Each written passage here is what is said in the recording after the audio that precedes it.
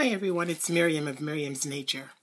The other day, while running errands, I came across a paint I'd never seen before, or used, obviously, so you know what that means, don't you?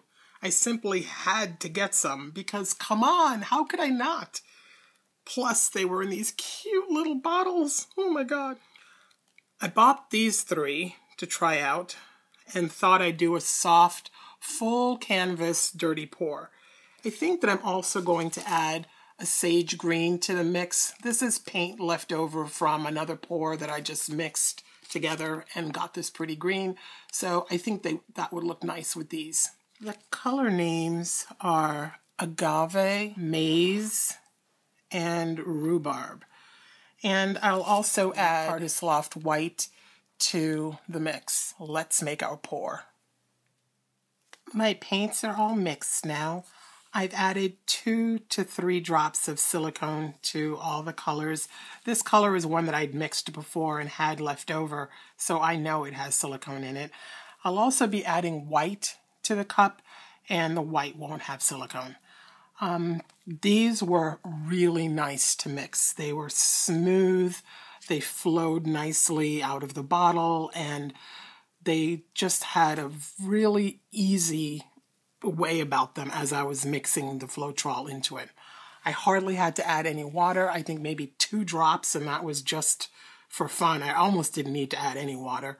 I mixed these 1 part paint and 4 parts Floetrol. Just because I'm trying it out, I don't know if they can go all the way to 5 parts Floetrol, so I only put in 4. Okay, let's build our pour. One more thing to note with paints, when you add Floetrol or any medium, these colors look a little more pastel than they probably actually are, because the Floetrol is white and definitely affects the color of the paint in the cup for now. When they dry, they'll be darker.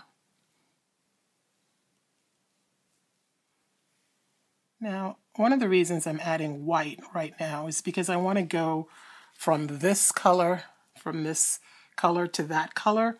And if these 2 colors touch a lot, the resulting color would not be pretty. So I'm kind of using white as a barrier in a way. And it doesn't have to be a complete and total barrier, but it helps.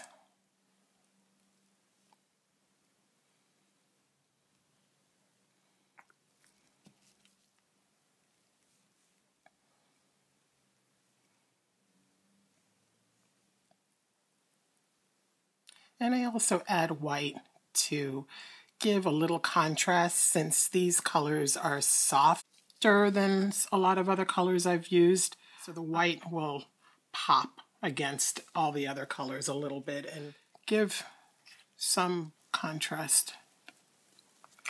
That is enough for the size canvas I'm working on. I'll be working on an 8 by 10 canvas, and I wanted to mix up about 70 milliliters of paint and see how that goes in terms of the coverage. And if it's not enough, I'm perfectly okay with adding white negative space to make up any empty areas. All right, my cup is flipped, and I'm just putting a little bit of white paint down to help the pour move a little bit. I'll do a little spreading of that paint. Okay, time to see what we got. Oh, I'm encouraged. There isn't an overwhelming amount of yellow, because I was a little afraid that yellow was going to take over my life again. But it's a good amount, but not obnoxious. That's good. It's funny, I went back to silicone for this pour because I haven't used silicone in a while. And so now I'm looking and I'm thinking, yeah, there are some cells, but I'm so used to the overwhelming dimethicone cells. So now I'm thinking, oh, that's not so impressive. And I kind of don't want to torch things anymore. So I kind of, well, let's just see what happens when we start to tilt.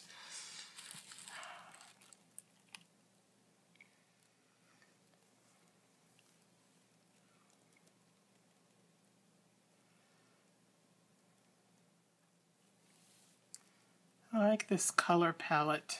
There's a softness to it that makes me happy.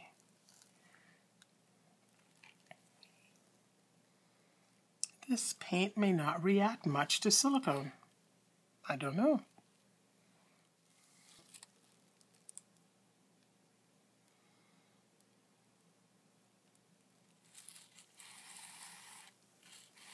This area is really pretty. Maybe I'll pour off here. I'm going to let it sit for a while and see if anything pops up. Well, a couple of minutes have passed and not much has changed really. I think I'm just going to fill in the edge with some white to help the paint move out in that direction. This area doesn't do much for me, and kind of don't want quite this much of this sort of corally color. It's a little more than I was anticipating.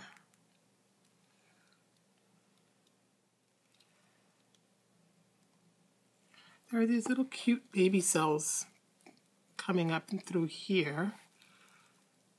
But, you know, not everything has to be about cells.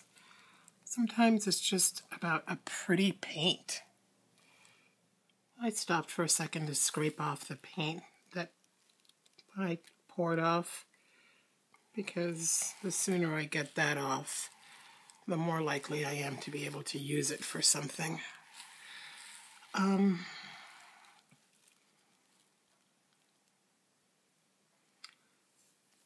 This is a little more... See, there are these weird cells here, like it's like a patch of silicone that kind of hit here and here. So I mean, I haven't gotten down to the canvas, but it looks like I could. So I feel like I need to bring paint over there a little. And I'm starting to love this color. The more I look at it, the more I like it. So I'm actually okay with there being a lot of it now. It kind of grew on me. So now I don't care about this anymore. I like this now. Oh my gosh. I'm going to add more white to the corners. No, I don't care about this so much, so I'm going to put white here to pull this down a little bit and let this be the star.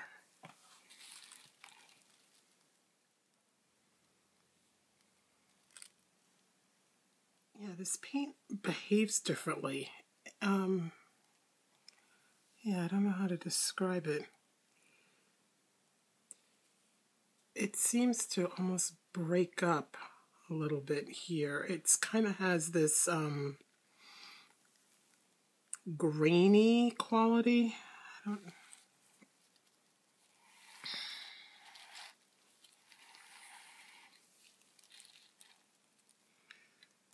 It's very interesting, but there are some really pretty things happening, like these little cells, and this little thing here is cool.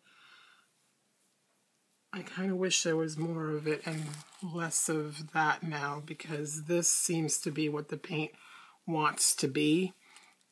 This is because I was pouring the end of the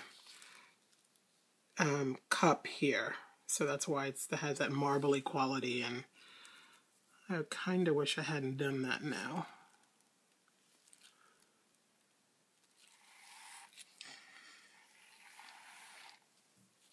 I think I want to remove some of this now. So some of this is going to go. I'm going to add a little bit of the blue mixed with some of the green, and I guess a little bit of the coral, And then I'm going to swipe and see if there is any improvement. And then if that doesn't do anything for me, I'm taking it out.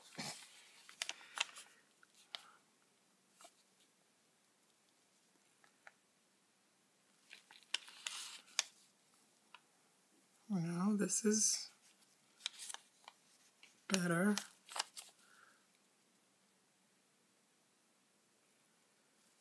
Okay, yeah, I'm liking this better. It's less busy. It was too busy compared to the smoother patch over there. Okay. Now I've got to do something about this area here because you can see where I started the swipe, so I've got to make that less of a straight line.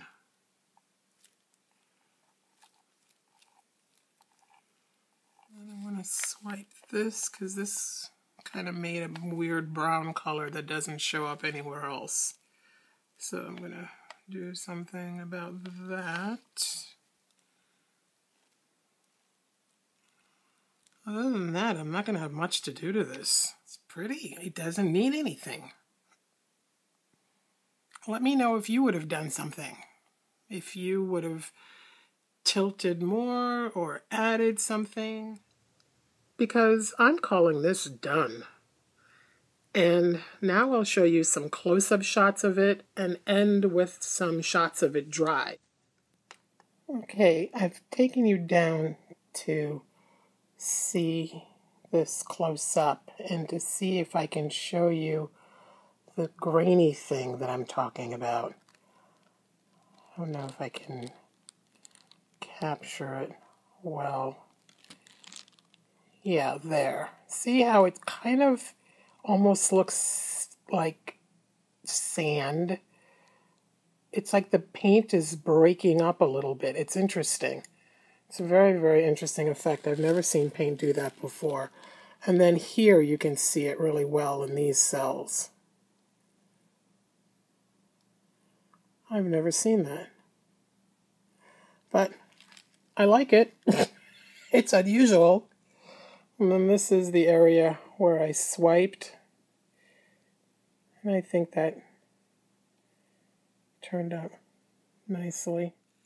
It does give pretty effects though, so I'm